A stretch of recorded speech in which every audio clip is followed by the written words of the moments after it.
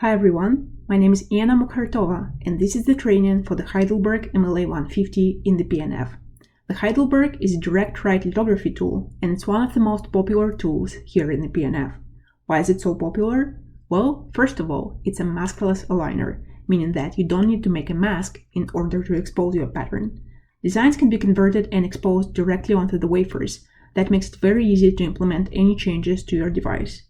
Also, the tool can work with samples of different shapes and sizes, from 5x5mm chips to 6-inch wafers. It's a high-resolution tool. It can resolve features down to 1 micrometer lines and spaces, and the alignment accuracy is within 500 nanometers for the front-side alignment and 1 micrometer for the backside alignment. And its software is very easy to use and has a lot of cool features.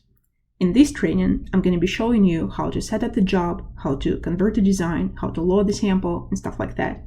Let's dive right into it. We'll start with the job setup. The job setup is done in the Heidelberg software. The software is usually open. If for some reason it gets closed, you can restart it here. There is an icon on the desktop. We always want to keep it running.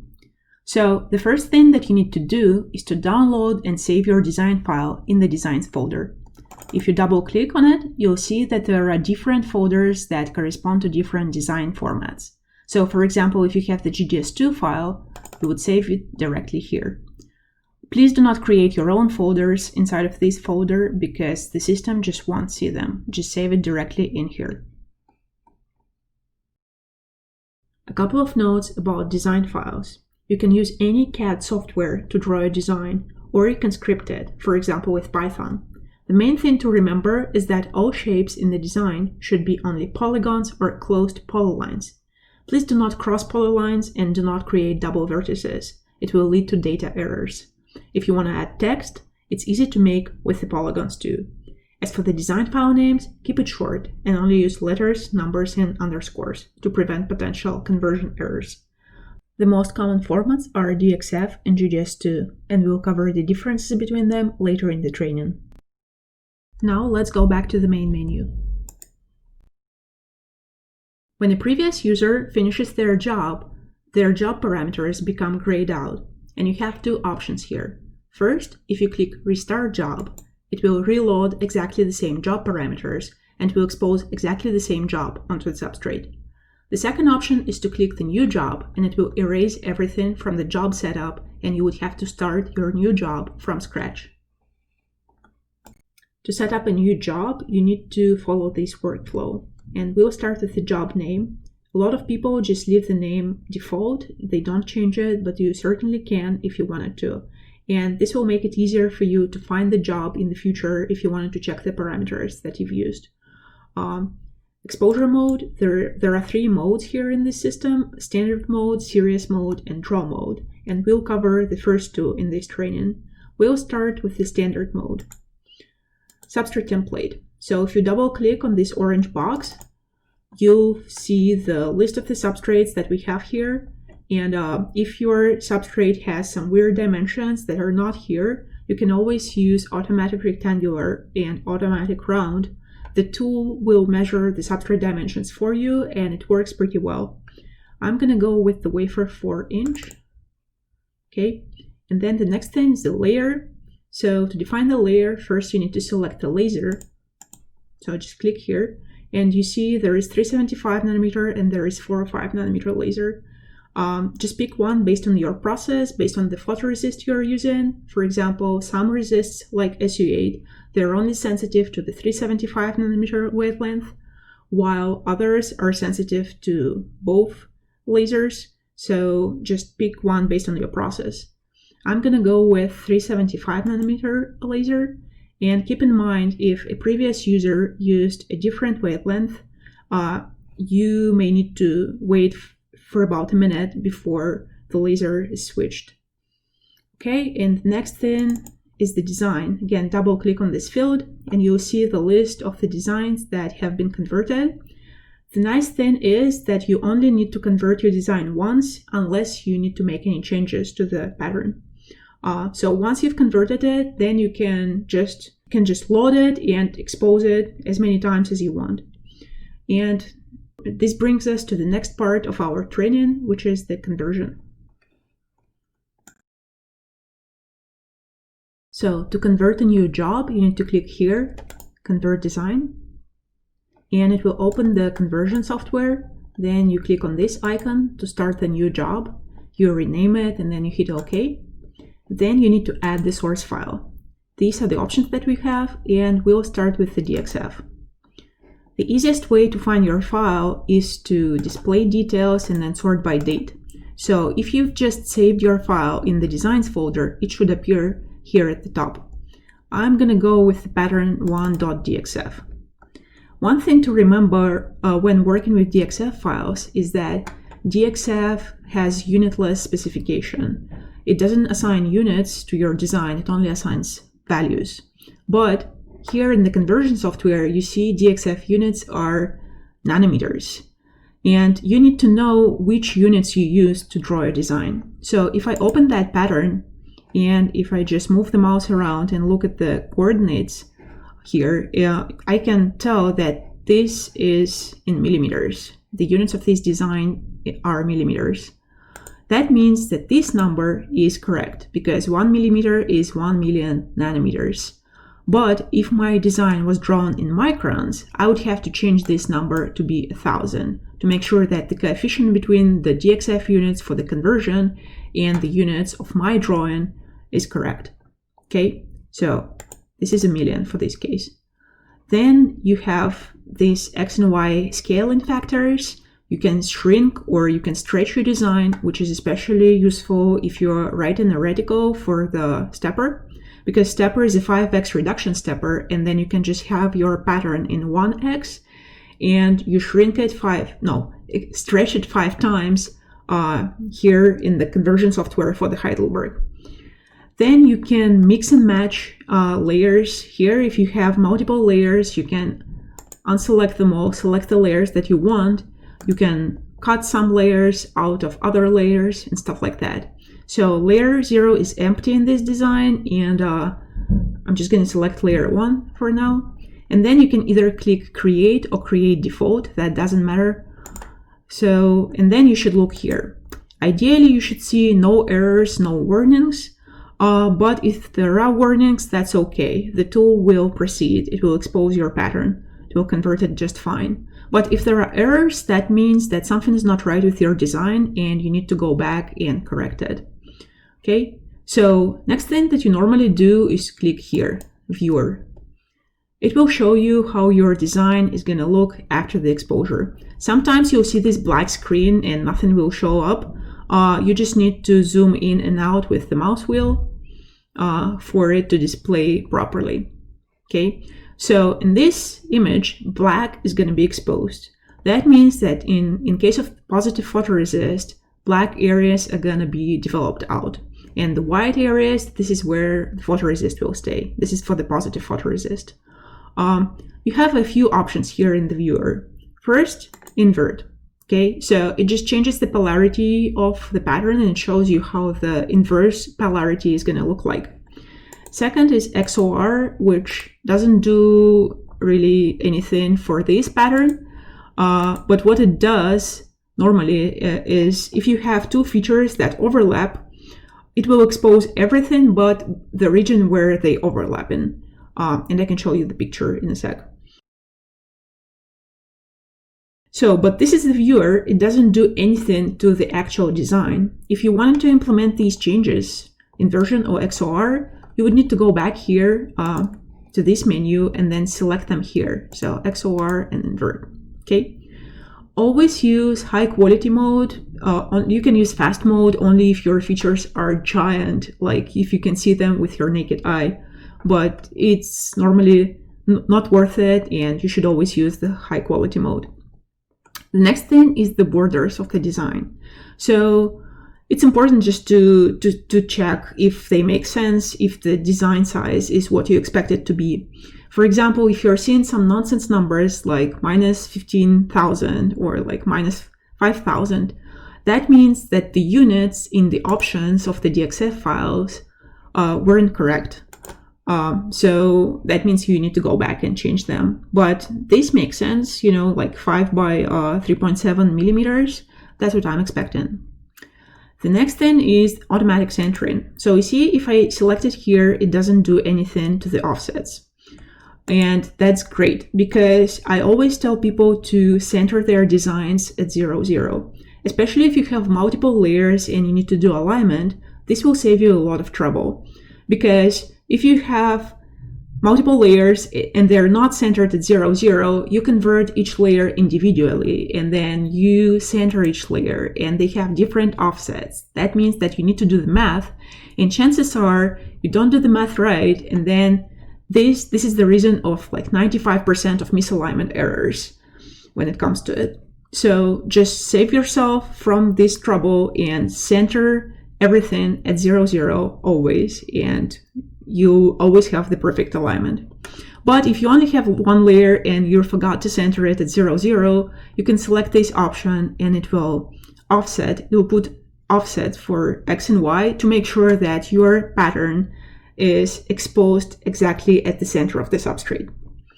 And last but not the least is the CD bias. CD stands for critical dimension, and you would only use it if you have to write really fine features like 2 micron lines and spaces and less. So you see, you can select -200, -200 here. And what it does, it shrinks your design so that, for example, if you had 1 micron lines and spaces, it's gonna make them virtually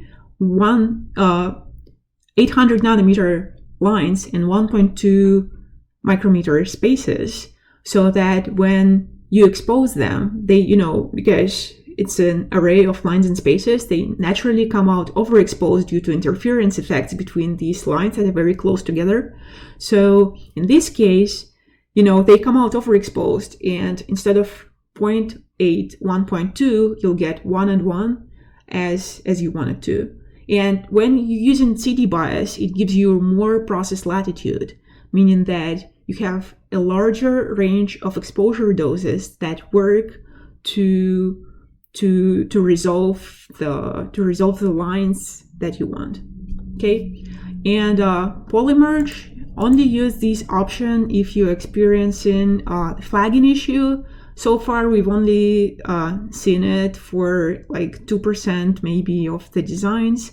If you script your design in a particular way, sometimes you may see the flagging issue. If you see that, try using polymerge. Otherwise, chances are you will never really need to use it. Okay, so when you've checked everything here, you can then click complete tasks, and then you can save your job and it will say done. Then you click finish. Okay, and you can close the viewer, and your job will appear here at the list.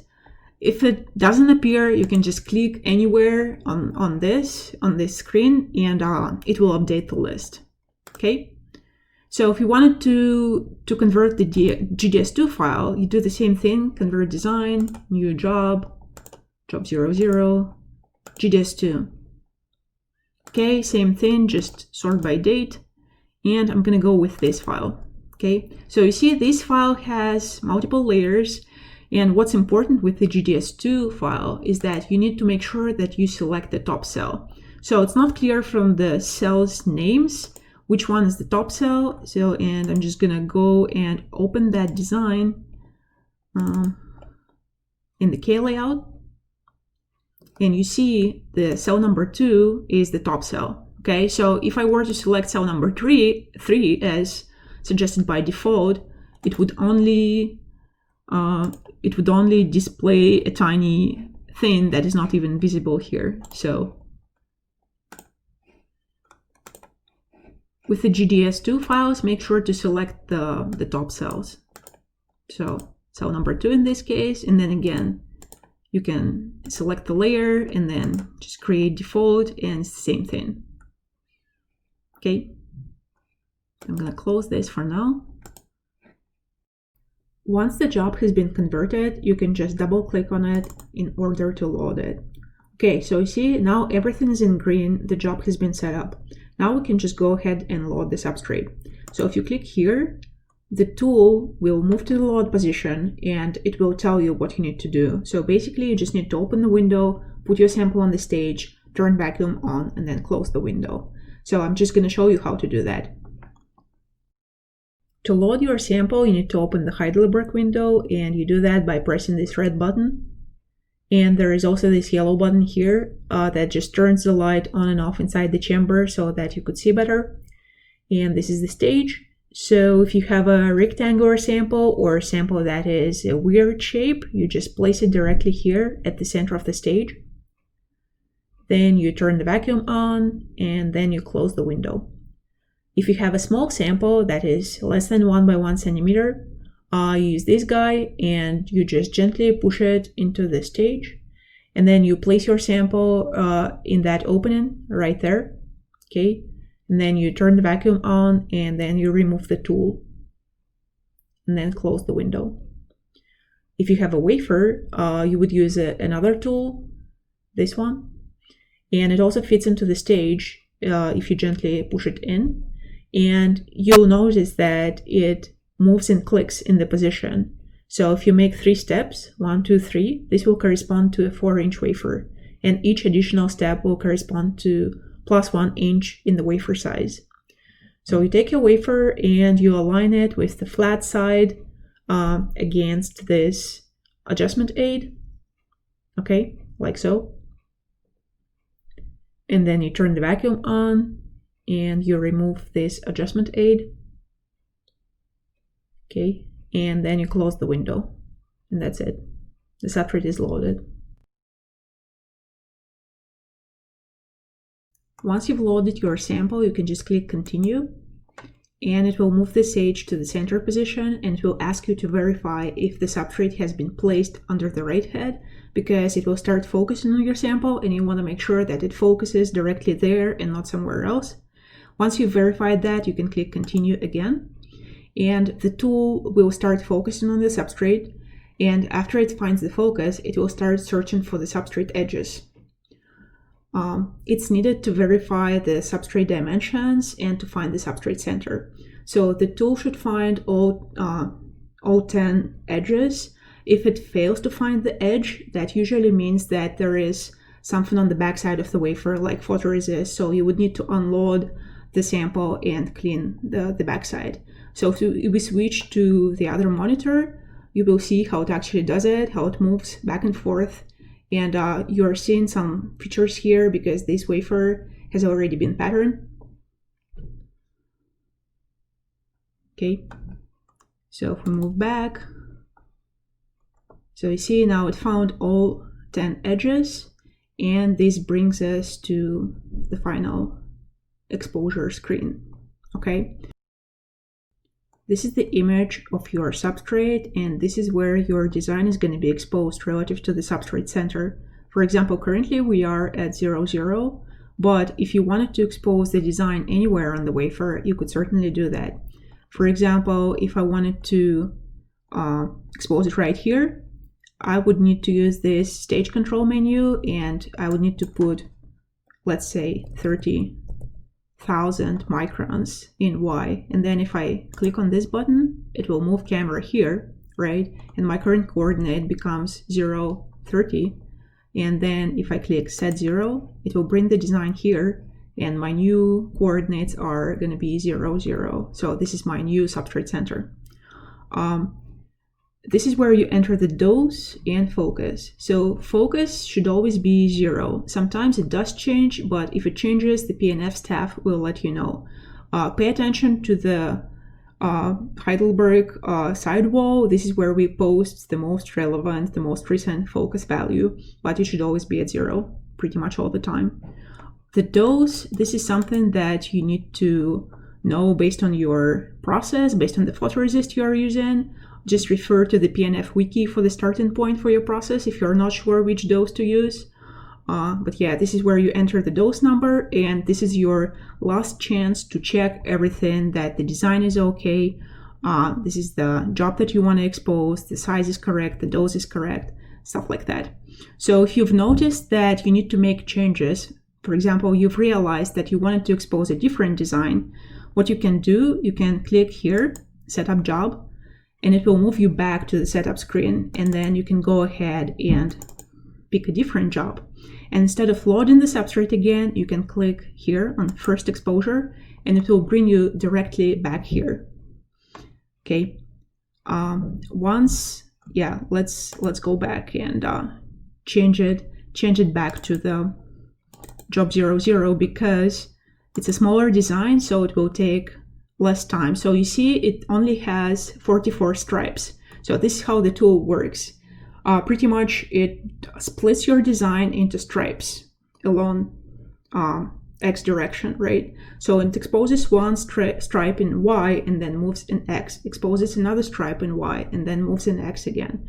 So the more stripes you have, the longer the writing time will be. That's why for the purpose of this training, I'm going with a smaller design. So if everything looks good, I can just start exposure by clicking here. And you see first it goes into the conversion. So it kind of prepares the job that you've pre-converted previously for the actual exposure. Then it does conversion / exposing. So you see it starts updating the number of stripes. And once the conversion has been completed, it will only be exposing. And if we switch to the other monitor, you will basically see how, the table moves.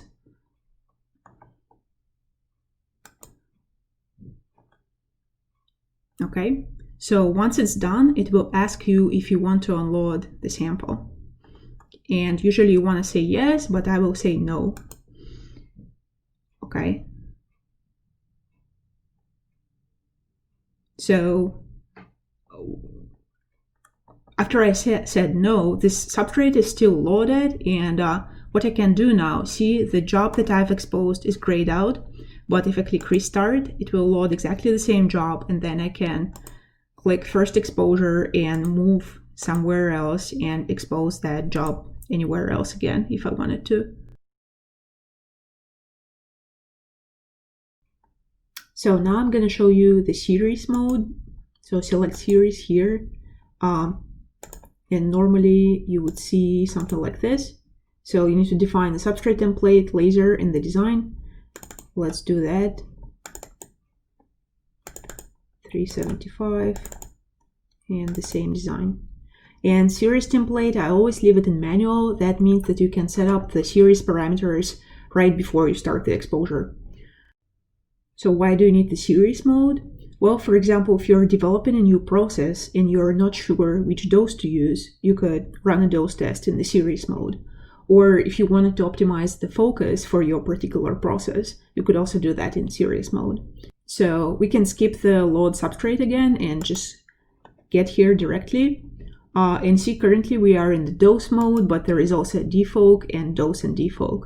In defoc, you're changing focus only, and dose and defoc, you're changing dose and focus. Okay, so if you're changing the dose only, you see you need to change the fixed focus parameter to 0, and you just need to set the number of fields, the start value, and the step size, and then you can pick if you want to expose them in one row or in several rows. You could also move them somewhere else. Sometimes you'll see this, okay? If your step size is smaller than the pattern size, you see that the doses will overlap, and you won't get much information from such a dose test. But so if you're running a dose test, you want these numbers to be larger than your pattern size. But sometimes for some applications, you may need to expose pattern right on top of the same pattern again and again, and you could do that in series mode also by selecting the step size of 0. Okay, so it's going to expose the same pattern 10 times exactly in that spot. Okay, and it will also show you here the time estimate. So yeah, for 10 patterns, it's going to take 3 minutes. That sounds reasonable. So let's move to the substrate center and set 0 here. And let me show you the dose and defoc. So you see, in this case, the focus will change from here to here, and the dose will change from here to here. So it's the most complete test that you can do. And you would need to change focus something like -3 to +3. And you see, when we have 70 designs, it estimates that it will take 19 minutes. But I think this is not entirely accurate, so it will actually probably take longer than that because there is just like too much of stage movement. But yeah, just keep that in mind. So to go back, just click Setup Job.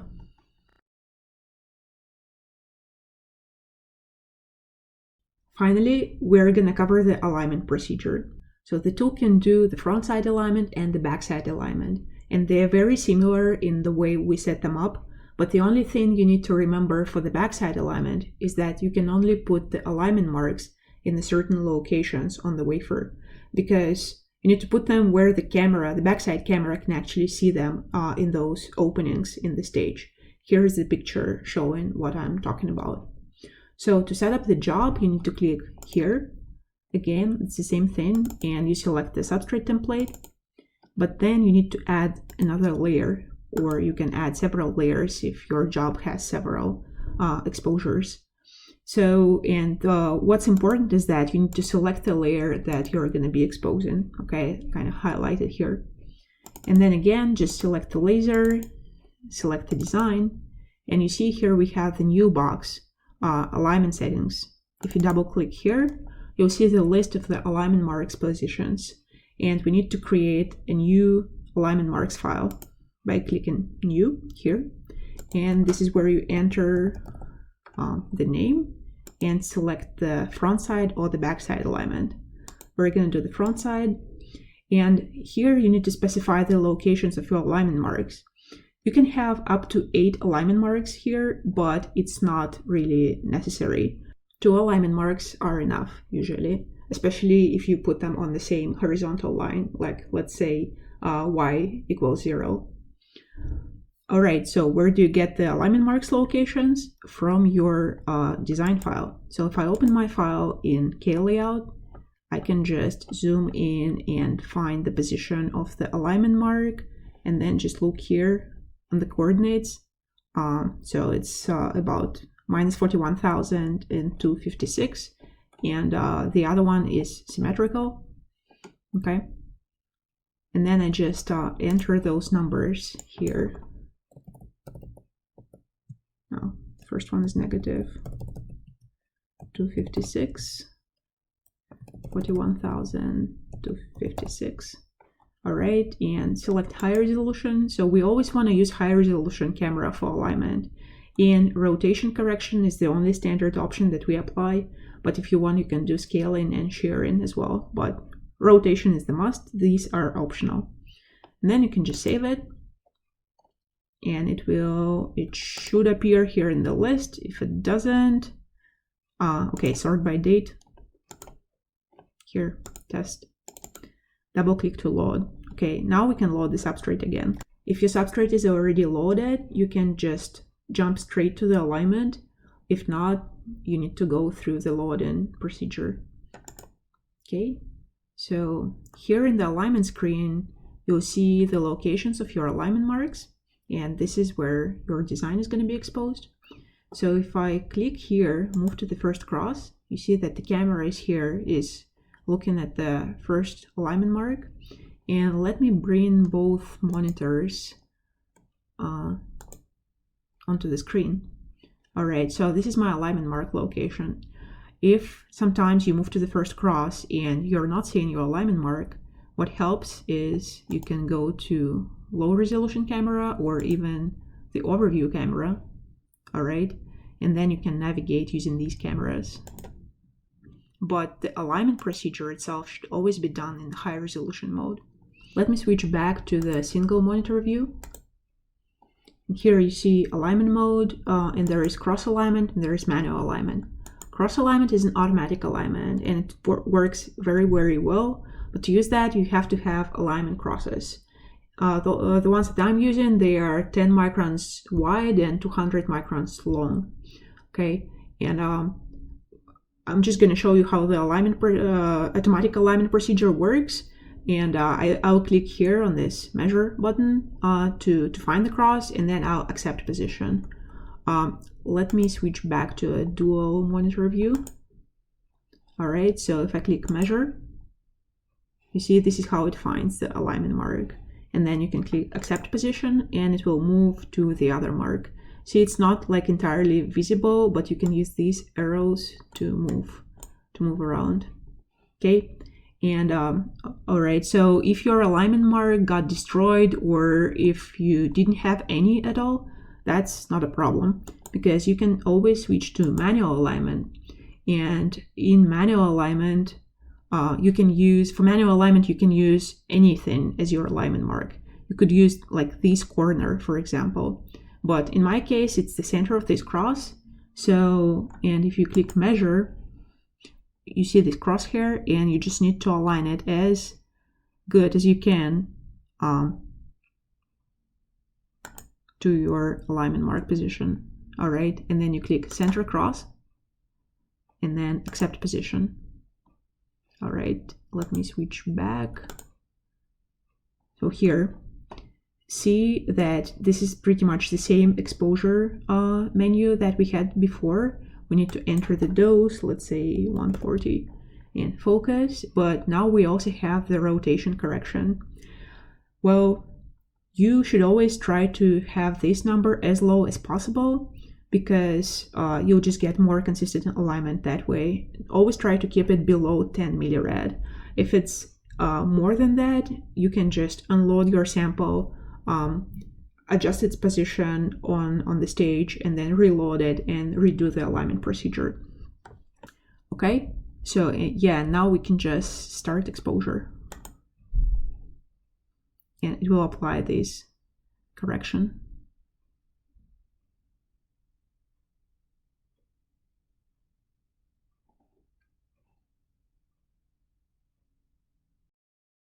Okay, once the job is done, you can unload your substrate. A quick note regarding the SU8 photoresist processes. If you're making tall structures with the SU8, keep in mind that we'll limit the maximum height of such structures to 75 microns. Taller structures have been shown to mess up the tool's focus. Please ensure that photoresist is properly soft-baked before exposure. One more thing I wanted to cover is tools troubleshooting. The Heidelberg is a really nice tool, but it can also misbehave sometimes. So, what do you do if you see an error message during your exposure? First, take a screenshot and send it to the PNF staff at tool@pnf.uchicago.edu. This is the email you'd use to report problems with the equipment. Then, oftentimes, acknowledging the error and restarting the software solves the problem. You may also try to restart the computer. If the problem remains after that, wait for the PNF staff member to check the tool. If you feel like the dose or focus or alignment is off, send an email to process@pnf.uchicago.edu, and we'll check your process and evaluate the tool's performance. If we are out of a particular photoresist or developer, send an email to stoking@pnf.uchicago.edu, and those chemicals will be restoked. This is basically all you need to know to use the Heidelberg successfully. If you have any questions, please contact the PNF staff. Happy writing! My name is Anna Mukhartova, and this was the Heidelberg.